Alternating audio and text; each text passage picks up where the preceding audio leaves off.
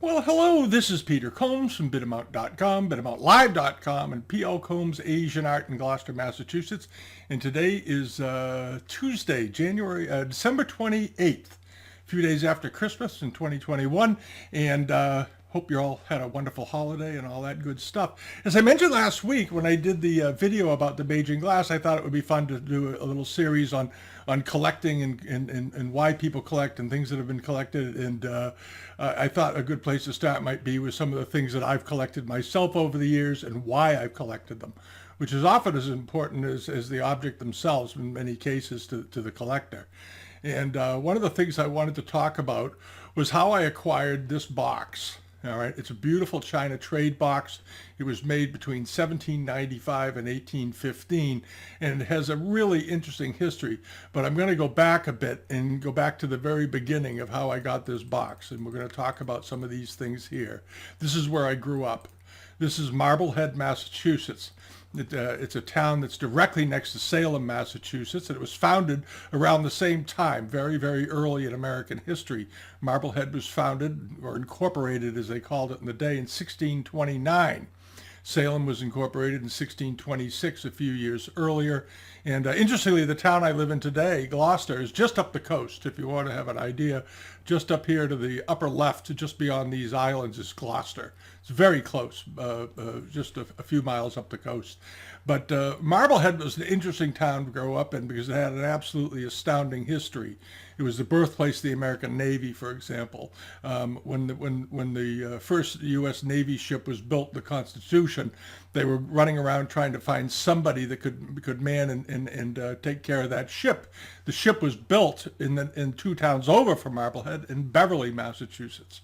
And what ended up happening was the entire crew was from Marblehead, pretty much, all of them. And the reason was that they were, unlike Salem, which was sort of polite society, Marblehead was sort of a honky-tonk oceanfront fishing community that was had a lot of privateers living in it, which are just polite words for legal pirates. And they were a pretty wild bunch. Marblehead in its early days was a very, very wild place. They didn't build their first church until the town had been in existence for about 60 years, which was very unusual. Most towns built their church was one of the first things they built. Marblehead Church wasn't a big deal. It was a lot of drinking and a lot of carrying on went on there. At any rate, this is Marblehead Harbor, where I played as a child on boats all the time.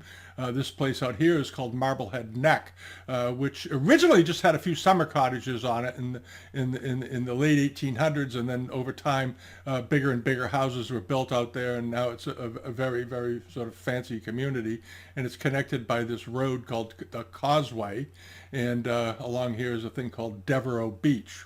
Which is a name you're going to hear again in a couple of minutes. I grew up over in this part of town, in Old Marblehead, as a child, and then when I was a little older, we moved down to the lower right of the screen here. It's just off the screen, to a house that was built in 1938. It's an interesting house. It was a big house. It was built by a Midwesterner named Marshall Field, who owned department stores. He was very, very successful, and he built it for his daughter as a wedding gift in 1938. When they weren't building many houses, but he built this. It was a great big old house. And so this is where I grew up. And part of the history of the town is sort of interesting when you get into it here. This is Abbott Hall, for example. And Abbott Hall is the town hall. It's been there for a long time. And in Abbott Hall is this painting, for example. And it was painted by Archibald Willard for the centennial in 1876, and was bought by General John Devereux, the man for whom the beach was named. And the Devereux were a big Marblehead family by succession after that. He was originally from Marblehead and made his fortune in Cleveland and the Ohio area where Archibald Willard lived. and he bought this painting from him. It's an enormous painting. It's very, very tall. And General John Dorio's son, Devereux's son, is modeled right here as the drummer boy. And what was interesting back then was that in the Revolutionary War, soldiers or men over the age of 50 generally weren't allowed to fight. But if they could play instruments, they could do the drummer and play the piccolo. And the drums and the piccolo were used to signal the troops on what to do next, where to aim next, how to fire, when to retreat, when to attack, and all that. They were a very critical part of a battle plan. They weren't just for show. Some people wonder why they had a drummer and flute players and whatnot. That's why. They were there to signal the troops at the orders of the commander. But at any rate, I digress. In Marblehead, sailing and sailing history is an awfully big thing.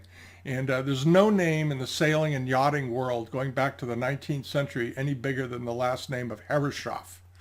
It was begun by Nathaniel Green Herreshoff, who was a legendary marine architect. He designed yachts. He designed great yachts. He designed what are considered even today to be the finest sailboats ever designed. He was famous for his J boats, which defended the America's Cup on half a dozen occasions, won it many, many, many times. He designed small boats. He designed yachts, big yachts, steam yachts, and so forth. And he had a son named L. Francis Herreshoff, who also became a marine architect of some considerable repute, and he lived here in Marblehead. His father lived most of his life in Bristol, Rhode Island, just down the coast a little bit, after going to MIT, but they all had connections to the North Shore of Boston. And L. Francis lived here on the edge of a thing called Crocker Park. And I grew up playing here. All along here as a kid, there was a way to climb up on top of the castle from the back here. You could work your way up here to get on top. You weren't supposed to, but we used to do it all the time. And here's the front of it right here. And what happened was in 1972, Francis Herreshoff passed away. And he never married, but he left his entire estate to his secretary, who then moved in and lived in this house. And she stayed there for about 20 years, and she organized his papers. She published books about his writings, his drawings, and all that, and really kept on with the Herreshoff legacy.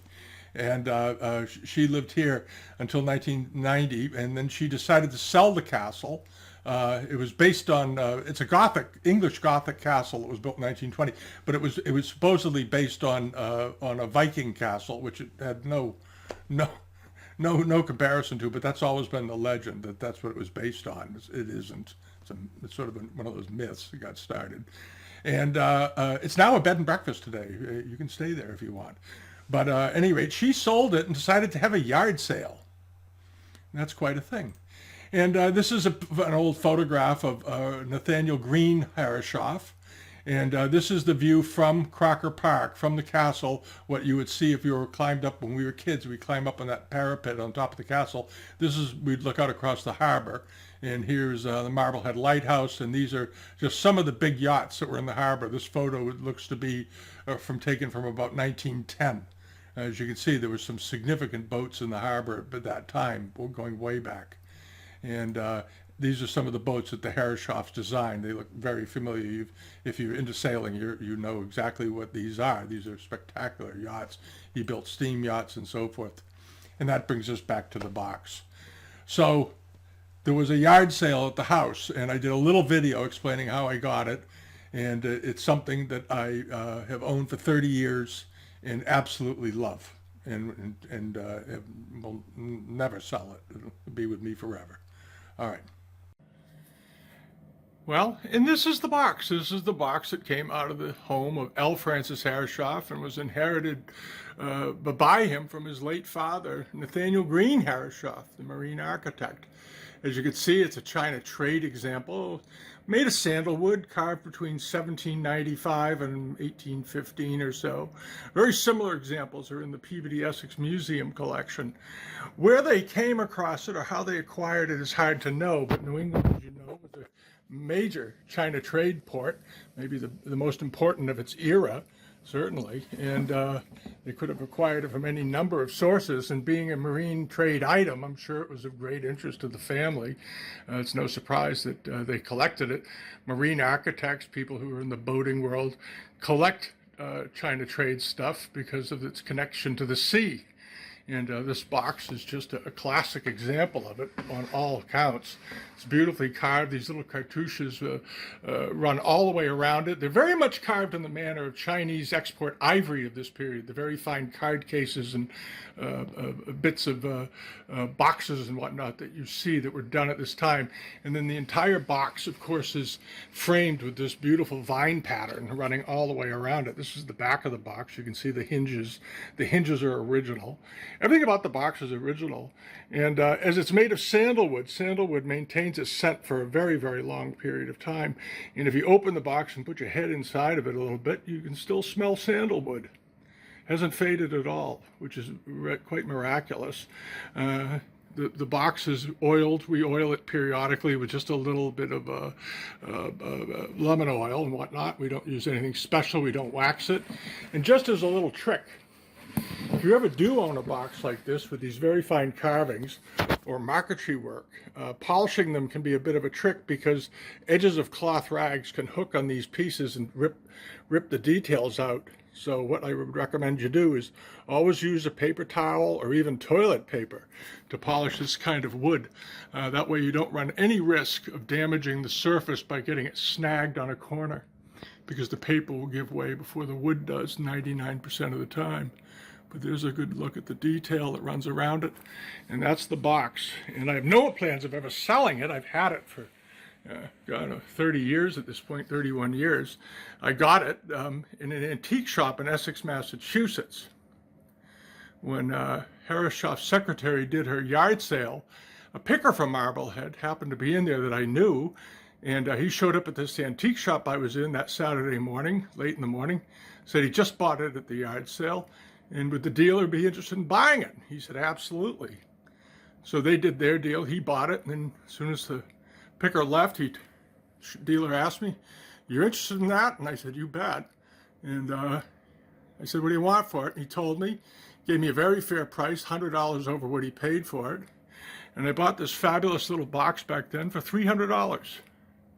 And I've never even contemplated selling it.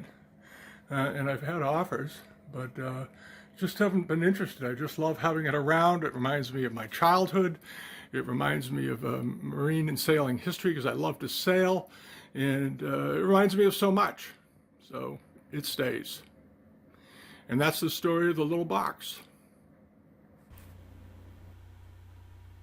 And that's the complete story, more or less. There's a lot more to talk about, of course, but that is something that, for me as a collector, when I see something that is an object that I'm extremely attracted to, something of obvious quality, something that's got great antiquarian appeal, and now you mix in your own childhood and where you grew up and where you lived and happy memories, and couple it with your interest in another thing like for me, sailing in the ocean and how much time I've spent on the ocean, spent living near the ocean all my life, sailed everywhere. A thing like this comes up with that connection.